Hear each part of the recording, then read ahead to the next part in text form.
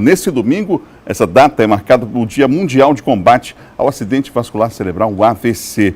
E essa data tem a finalidade de chamar a atenção, né? A finalidade aí de conscientizar as pessoas sobre as formas, inclusive, de prevenção dessa que é a doença cerebral que mais mata no Brasil.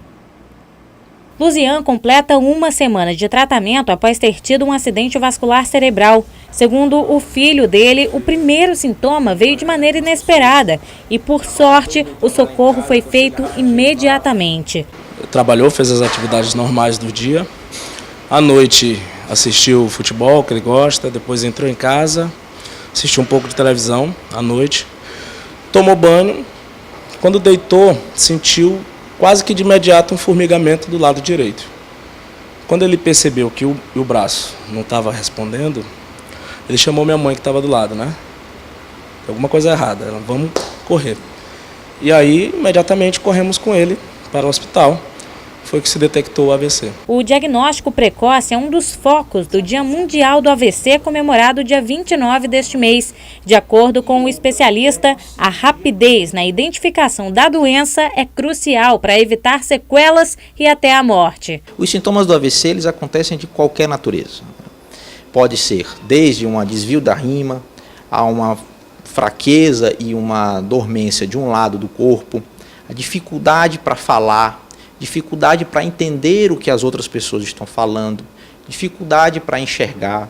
E esses sintomas devem ser prontamente reconhecidos, não só pelos profissionais de saúde, mas por todos nós da sociedade. O AVC é a doença que mais mata no país. Em média, por ano, são 100 mil mortes. A boa notícia é que 90% dos casos podem ser evitados e a prevenção é bem simples.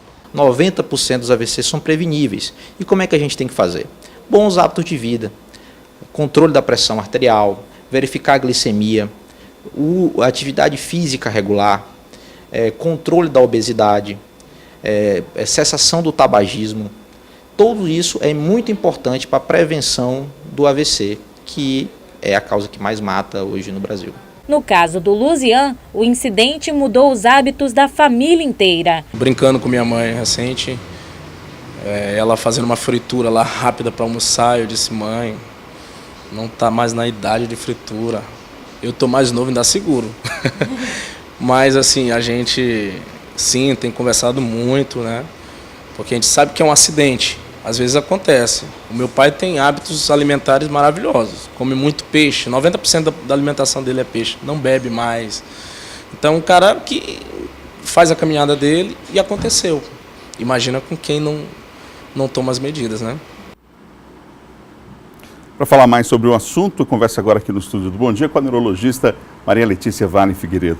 Bom dia, doutora. Bom dia. Bom, a gente viu na reportagem um exemplo claro, né, de uma situação de um alerta em relação à prevenção, né, e os cuidados. Uma pessoa que às vezes se cuida, né, faz tudo, tem exercícios físicos, o cuidado com a alimentação, mas ainda assim isso pode acontecer. No Maranhão, essa é a maior causa de mortes hoje? Atualmente no Maranhão a gente ainda tem o AVC como a maior causa, né, de óbito, né, na população, né.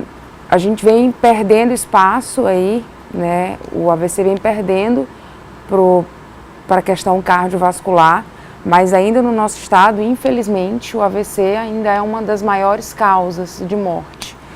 O AVC é uma doença, né, que é prevenível, então a gente da neurologia, a gente tem uma responsabilidade social em prevenir e informar a população que isso é uma doença que a gente pode prevenir com um estilo de vida saudável e caso a pessoa apresente, né, os sintomas do AVC, a gente deve prontamente reconhecer e correr com esses pacientes para a urgência, porque se esses pacientes chegarem no que a gente chama de janela terapêutica, a gente ainda consegue tratar. Né? Ou seja, o tempo para o atendimento pode ser fundamental, pode entre a vida e a morte desse paciente. Isso, né? O tempo que esse paciente chega na emergência, ele é essencial para que a gente institua tratamentos que hoje em dia são nível de evidência 1, né? Para conseguir recuperar, né, déficits que podem acarretar, né, o paciente pode ficar acamado, pode necessitar de sonda, né, alimentação enteral, podem ficar restritos a uma cadeira de roda para o resto da vida. E como é que a gente pode perceber que alguém está tendo está acontecendo esse episódio com uma pessoa da família, enfim, alguém próximo? Os principais sintomas do AVC, né, a população ela tem que ficar atenta, que são sintomas agudos, né, principalmente uma paralisação de um hemicorpo, né, um braço que paralisou, a perna que paralisou, uma alteração aguda da fala, né, um paciente que teve uma alteração súbita da visão, às vezes o paciente que tem quadros de tontura, vertigem muito agudo. Então, o que a população tem que ficar alerta são quadros agudos, principalmente um lado do corpo que paralisa, a fala que altera. Então, hoje em dia, né, a campanha do AVC, ela tem chamado a atenção para uma regrinha mnemônica, né, que a gente chama de SAMU. Então, a população, a gente pede que fique atento, né, pede para o paciente cantar, pede para o paciente abraçar, né, e se o paciente não conseguir fazer isso, corra com o familiar para o pronto-socorro, porque mesmo que o paciente tenha isso, a gente ainda tem coisas para fazer chegando em tempo hábil. AVC também conhecido como derrame, né? Muito comum as pessoas chamarem de derrame. E existe a ameaça de derrame? Existe ainda o aviso de que o paciente pode ter o AVC. Isso a gente chama de ataque isquêmico transitório. Como é que funciona? Né? É o AIT. É uma patologia, né, que está avisando que o AVC vem aí. Então, mesmo que o paciente tenha um lado do corpo paralisado e isso se reverta em pouco tempo, você deve levar esse paciente ao pronto-socorro, porque nas próximas 48 a 72 horas esse paciente pode ter um AVC, né, e ficar com um lado do corpo paralisado. Então, o ataque isquêmico transitório, ele funciona como um alerta, né, porque o paciente pode ter um vaso obstruído e esse vaso obstruído, né, pode estar fechado parcialmente e ele pode ter uma oclusão total nas próximas horas. O histórico familiar também faz diferença? Claro que faz, porque a gente tem histórico de doença metabólica, né, como hipertensão, diabetes, né, de lipidemia.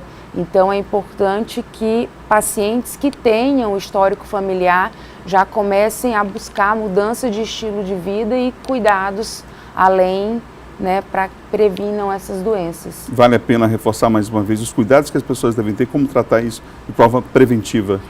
A prevenção é basicamente mudança do estilo de vida, né? Os pacientes diabéticos, eles têm que focar em controle rigoroso de diabetes, os pacientes hipertensos têm que focar em controle da hipertensão e os pacientes que ainda não têm essas comorbidades têm que ter uma alimentação saudável, praticar atividade física diariamente e ter basicamente uma alimentação saudável. Quais são os tipos de AVC? Existem vários tipos, né, de acidentes vasculares cerebrais, mas basicamente é o AVC, que é o AVC isquêmico, aquele que falta sangue, né, e que é o mais comum. 80% dos AVCs eles são isquêmicos, né, onde falta um aporte sanguíneo para o cérebro, e uma menor parte é o AVC hemorrágico, né, tão grave quanto o AVC isquêmico, às vezes até mais grave, né, em que há um derramamento de sangue no cérebro, né, ou por ruptura de aneurisma ou mesmo por causa hipertensiva. Quais são as pessoas que têm mais chances de ter um AVC? Tem alguma estatística, algum trabalho feito nessa área? O hemorrágico ou isquêmico? Os dois.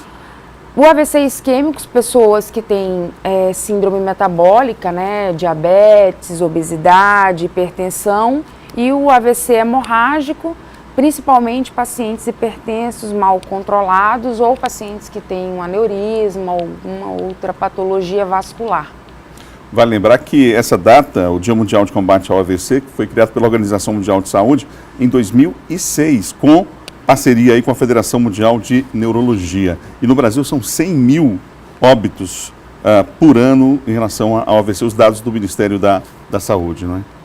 E eu gostaria de frisar ainda que a população deve permanecer em alerta, né, para sinais agudos do AVC e caso os pacientes tenham sinais agudos, levar esses pacientes para o pronto-socorro, né, porque isso pode ser definidor, né, salvar vidas, né, e a gente que trabalha com isso no dia a dia, eu, por exemplo, trabalho no Hospital UDI, a gente tem equipe 24 horas e está pronto para salvar vidas, né, deixar pacientes que têm AVC sem sequelas, né, e isso para a gente é muito importante, que o paciente entra com déficits graves, saiam de lá sem déficits e funcionais como entraram. Doutora Maria Letícia, como eram antes. Obrigado pelas informações, pelo alerta e pela entrevista aqui na TV Difusora. Obrigada.